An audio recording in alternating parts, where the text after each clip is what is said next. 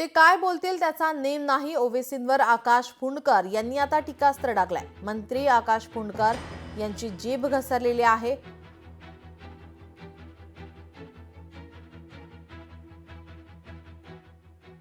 ते काय बोलतील त्याचा नेम नाही, ओवेसींवर आकाश फुंडकर यांची टीका।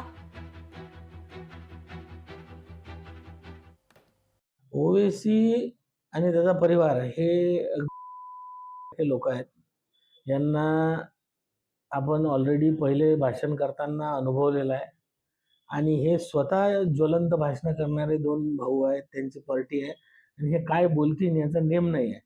त्यामुळे त्यांनी सूर्यावर थुंकल्यासारखं करू नये, त्यांच्या अंगावर ते पडणार आहे। मोहन भागवत हे सूर्यासारखे तेजस्वी व्यक्ती आहेत।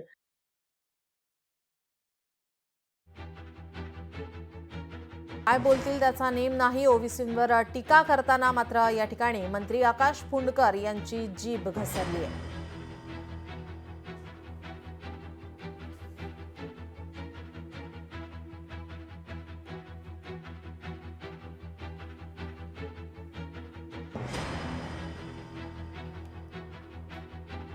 ओवेसी यांचा दौरा, या दौऱ्यादरम्यान ओवेसी यांनी केलेल्या वक्तव्यावर या ठिकाणी मंत्री आकाश फुंडकर यांनी टीकास्त्र डागलेलं आहे। मात्र या ठिकाणी आकाश फुंडकर यांनी टीका करताना त्यांची जीभ घसरलेली आहे।